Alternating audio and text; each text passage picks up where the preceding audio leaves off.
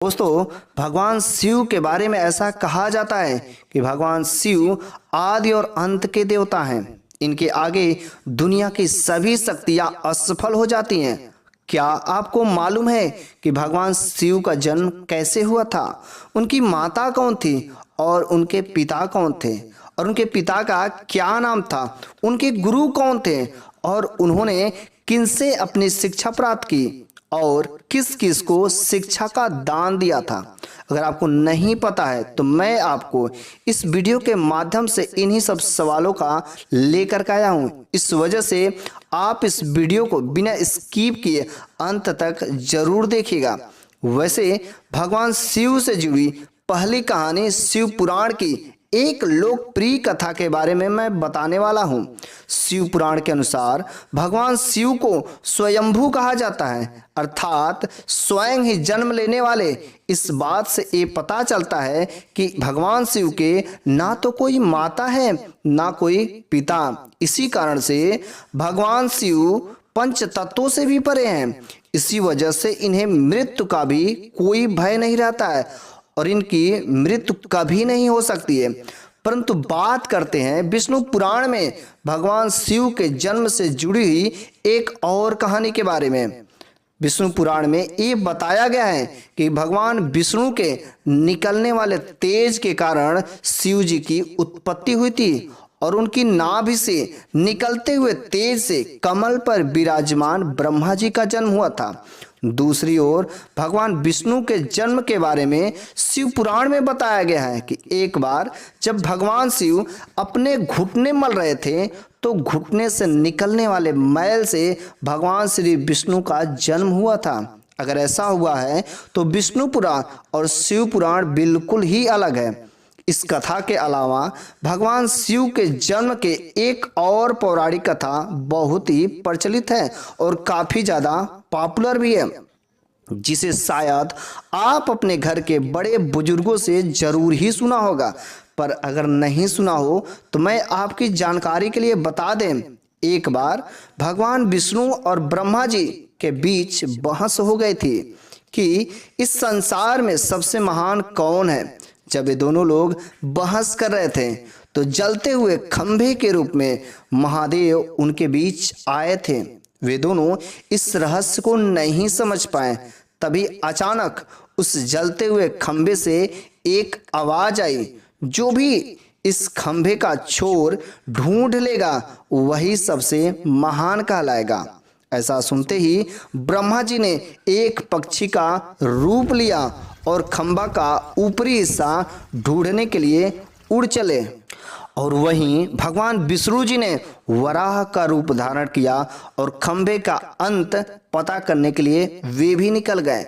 बहुत देर तक दोनों लोग खोजते रहे ताकि खंभे का छोर मिल जाए, लेकिन उन दोनों लोगों को उस खंभे का छोर नहीं मिला। आखिरकार वे दोनों लोग हार मानकर के वापस आ गए और फिर भगवान शिव अपने असली रूप में आए और भगवान विष्णु और ब्रह्मा जी ने यह मान लिया कि महादेव ही सबसे शक्तिशाली और महान है। इससे बड़ी शक्ति दुनिया में कोई नहीं है। इसके साथ ही दोनों के मध्य खड़ा हुआ खंभा इस बात को दर्शाता है कि ना ही भगवान शिव जन्मे ही थे और ना ही उनका कोई अंत है। और एक कारण यह है कि भगवान शिव को स्वयंभू कहा जाता है। भगवान शिव का अंत है ही नहीं, तो वे भगवान शिव हमेशा अमर ही रहते हैं। अब हमें बात करते हैं कि भगवान शिव से जुड़े इस बारे में जो सबसे ज्यादा प्रसिद्ध है कि क्या भगवान ब्रह्मा भगवान शिव के पिता हैं। इनकी एक कहानी लोगों के बीच में काफी प्रसिद्ध है। आखिर किस प्रकार भगवान शिव ने ब्रह्मा पुत्र के रूप में जन्म लिया था?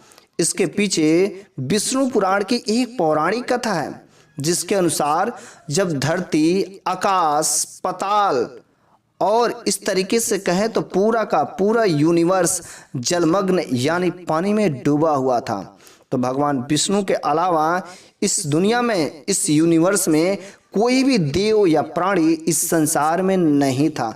तब केवल भगवान विष्णु ही शेष नाग पर जल सतह पर लेटे हुए थे। जिसके बाद उनकी नाभि से कमल की डंडी पर ब्रह्मा जी प्रकट हुए। और जब भगवान विष्णु और भगवान शिव इससे संबंधित बातें कर रहे थे तब भगवान शिव प्रकट हुए। इसके बाद ब्रह्मा जी ने उन्हें पहचानने से इनकार कर दिया। इस कारण से भगवान शिव रूठ गए और उनके रूठ जाने के कारण भगवान विष्णु ने उन्हें दिव्य दृष्टि प्रदान कर ब्रह्मा जी को भगवान शिव की याद दिलाई। इसके बाद ब्रह्मा जी को अपनी गलती का एहसास हुआ और शिव से क्षमा मांगते हुए उन्होंने उनसे अपने पुत्र के रूप में पैदा होने का आशीर्वाद मांगा, जिस कारण से भगवान शिव ने भगवान ब्रह्मा जी की प्रार्थना को स्वीकार करते हुए उन्होंने यह आशीर्वाद दे दिया। लेकिन जब भगवान ब्रह्मा ने इस सृष्टि की रचना शुरू की तो उन्हें एक बच्चे की जरूरत पड़ी। तब उन्हें भगवान शिव का आशीर्वाद याद आया, जिसके लिए भगवान ब्रह्मा ने कठोर तपस्या की और भगवान शिव बालक रूप में उनकी गोद में रोते हुए प्रकट हुए। लेकिन मैं आपको बता दें कि ये भगवान शिव का ये मात्र एक बालक रूप है। जब भगवान ब्रह्मा ने उनको रोने का कारण पूछा तो उन्होंने बताया कि उनका कोई नाम नहीं है। तो भगवान ब्रह्मा ने उनका एक नाम रुद्र रख दिया, जिसका मतलब होता है रोने वाला। पर इसके बाद भी भगवान शिव चुप नहीं हुए, तो फिर ब्रह्मा जी ने उनका नाम महादेव रखा, फिर भी चुप नहीं हुए। ऐसे कई नाम रखे, पशुपति, पशुपतास्त्र, ऐसे ब्रह्मा जी ने उनके 108 नाम रख दिए। तब जाके भगवान शिव चुप हुए। वैसे श्रीमद् देवी महापुराण के अनुसार इस जन्म के बारे में और भी सारे चीजें कही जाती है और वर्णित है। एक बार जब नारद जी के पिता भगवान ब्रह्मा जी, नारद जी ने अपने पिता ब्रह्मा जी से पूछा, इस सृष्टि का निर्माण किसने किया? साथ ही आप सभी त्रिदेव अर्थात ब्रह्मा, विष्णु, महेश के पिता कौन हैं? तब ब्रह्मा जी ने नारद जी को बताया कि हम त्रिदेवों के अर्थात ब्रह्मा, विष्णु, महेश, त्रिदेवों के जन्म के बारे में ऐसा चीज बताया कि सबको चौंका देने वाली बात थी। उन्होंने बताया कि देवी दुर्गा और शिव स्वरूप ब्रह्मा के योग से ब्रह्मा, विष्णु और महेश का जन्म हुआ था। यानी प्रकृति का रूप लिए माँ दुर्गा ही हम तीनों की माता है और ब्रह्मकाल का सदाशिव महादेव हमारे पिता हैं। इसके साथ ही श्रीमद् देवी महापुराण में ये भी वर्णित है कि भगवान विष्णु और भगवान ब्रह्मा जी के एक झगड़े के बारे में कथा मिलती है, जिसके अनुसार एक बार भगवान विष्णु और ब्रह्मा जी में झगड़ा हुआ।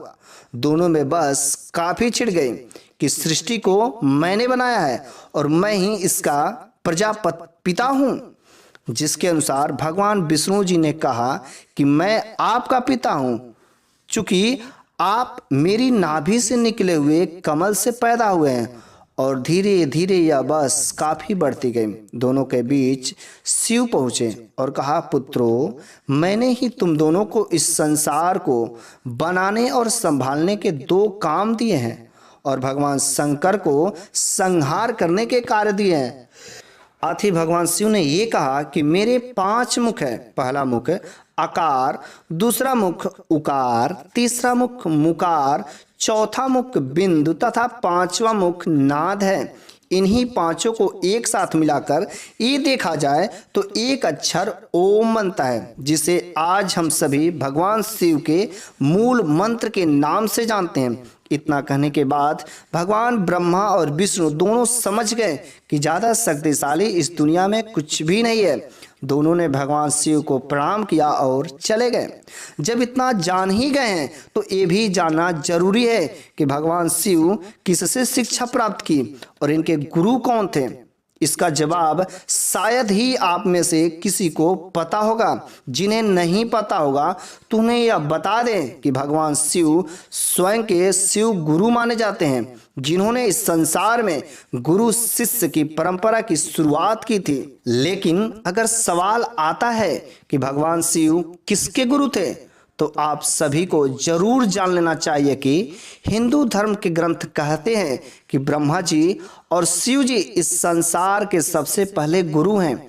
उन्होंने गुरु शिष्य के इस रिश्ते की शुरुआत की थी, जहां भगवान ब्रह्मा जी ने अपने मानस पुत्र को शिक्षा प्रदान की थी, वहीं भगवान शिव ने अपने ज्ञान अपने 7 शिष्यों को दिया था। भगवान शिव जिन 7 शिष्यों के गुरु थे, उन्हें 7 शिष्यों को आज सप्तऋषियों के नाम से जाना जाता है। तो दोस्तों, ये थी भगवान शिव से जुड़ी हुई जन्म की कहानियां। यदि आपको ये ज्ञान अच्छा लगा होगा, यदि कुछ भी आपको इससे ज्ञान मिला होगा, तो आप इस वीडियो को कम से कम लाइक तो जरूर कर दीजिए। और यदि इतना सुनने के बाद भी यदि आपने सब्सक्राइब नहीं किया, तो सब्सक्राइब करने के साथ साथ अपने सभी दोस्तों में, व्हाट्सएप ग्रुप में, हर जगह जरूर शेयर कर दीजिएगा। धन्यवाद।